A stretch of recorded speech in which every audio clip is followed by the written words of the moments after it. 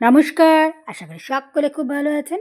আজকে আমি পাঠ করে শোনাবো লেখক শীর্ষেন্দু মুখোপাধ্যায়ের লেখা গল্প যতীনবাবুর 4 হাত। যতীনবাবুর দোষটা কি জানেন? আজ্ঞে না, দোষটা কি বলুন তো? যতীনবাবুর সবচেয়ে বড় দোষ হলো উনি বড্ড ভালো মানুষ। তা ভালো মানুষটি দোষের খাতে ধরছেন কেন? ধরব না মশাই, কিছু পৈতৃক সম্পত্তি ছিল, ব্যাংকে দিব্যি মোটা টাকার আমানত ছিল, কয়েক লাখ টাকা শেয়ারেও খাটছিল, গাড়ি বাড়ি জমি জমায় এক প্রকার ভাষাভাষী কাণ্ড। কিন্তু ওই যে ভালো মানুষের দোষ, কেবল বলে আমি একা ভালো থাকতে হবে না, অন্যদেরও ভালো রাখতে হবে। আর যেমনই কথা তেমনই কাজ, 2 হাতে আর কতই বা বিলানো যায়। ভগবান যদি 4খানা হাত দিতেন তবে বিলিয়ে সুখ হতো। বটে, তার ঠিকানাটা কি বলুন তো? আহা, আগে তো সবটা শুনুন, তবে তো। দেরি করলে সব বিলি হয়ে যাবে যে। আরে না মশাই না, বিলি হয়ে যেত, কিন্তু ভগবান যে তার আবদার মঞ্জুর করবেন সেটা যতীনবাবু ভেবে দেখেননি। এখন যে তার বড় বিপদ চলছে। কেন মশাই, বিপদ কিসের? বলেছি মশাই, বলছি। তার আগে একটা কথা শুনে রাখুন, ভগবান মানুষটি কিন্তু বড্ড বেখেয়াল লোক। বড় গলা করে চেয়ে চিনতে দেখবেন, কথাটা ভগবান কানেই তুলবেন না হয়তো। হঠাৎ হয়তো আনমনে ফিস করে কিছু একটা চেয়ে বললেন, অমনি সেটা মঞ্জুর করে দিলেন। তাতে যে কত বিভ্রান্তি হয় সেটা মোটেই ভেবে দেখলেন না। তা হলোটা কি মশাই? ওই 4টে হাত চেয়েছিলেন যতীনবাবু, ওইটাই তার কাল হলো। রাত্রিবেলা শুয়ে ঘুমোচ্ছেন, হঠাৎ বগলের তলায় সুড়সুড়ি। প্রথমটায় তেমন বুঝতে পারেননি, অস্বস্তি বোধ করে এপাশ ওপাশ করছেন। হঠাৎ 2 বগলে ফুরে ফুরে ভচাক ভচাক করে আরও 2টো হাত বেরিয়ে এলো। প্রথমটায় তো চোরের মতন, চোরের হাত মনে করে চেঁচামেচি জুড়ে দিলেন।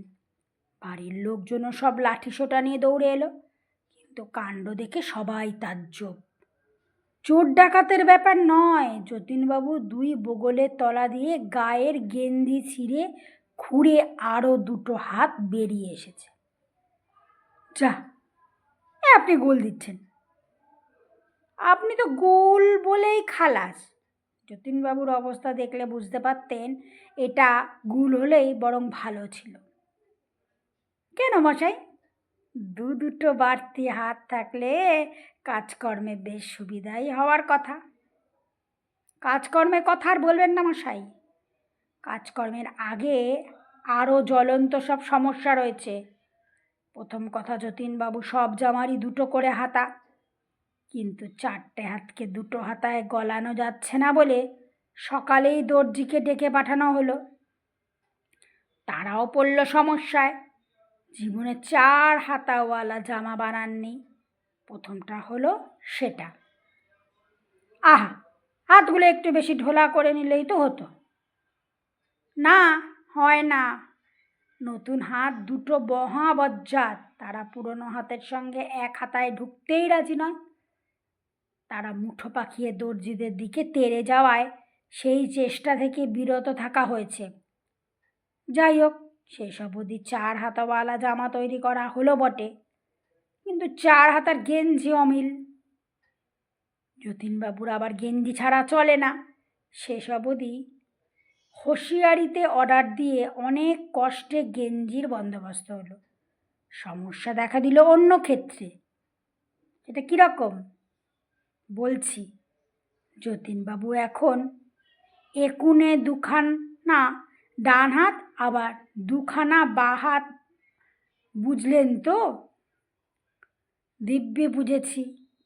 2টো ডান হাত 2টো বাঁ, সোজা হিসেব। হিসেবটা যদি এত সোজা হতো তাহলে চিন্তা ছিল কি?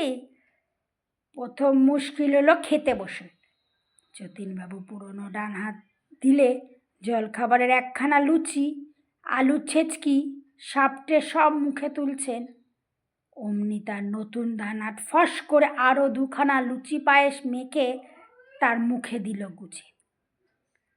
এখন আপনি বলুন, আলুর ছেচকির সঙ্গে পায়েস মিশে গেলে সেটা কীরকম খেতে হয়? তাই তো, কথাটা ভেবে দেখার মতো। দুপুরে সবে ঘি মাখা ভাতের গড়াস মুখে তুলতে যাবেন, এমন সময় তার বিকল্প ডান হাত একগোছা সজনা ডাঁটা চচ্চড়ি তার মুখে গুজে দিলে যতীনবাবুর মনের অবস্থাটা কী হয় বলতে পারেন? খুব খারাপ হওয়ার কথা। আর শুধু তাই, টেলিফোন ধরতে যাবেন, সেই ফোন নিয়ে দুই ডান হাতে এমন কাড়াকাড়ি হলো যে হাত ফসকে টেলিফোনটাই পড়ে গেল ভেঙে।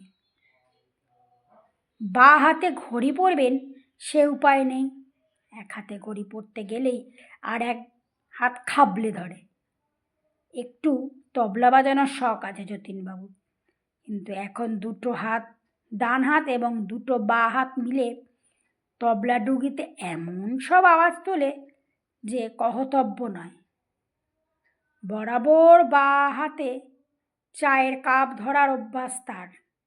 সবে চুমুক দেবেন অমনি নতুন বাঁ হাতটা উঠে এসে কপাট মেরে এমন চেপে ধরল যে গরম চা কলকে পড়ে পেটে ফোসকা হবার জোগাড়।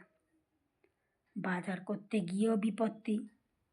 পুরনো হাতে বাছাই বেগুন তুলেছেন, নতুন হাত টপাটপ কানা বেগুন তুলে ব্যাগে ভরে দিচ্ছে।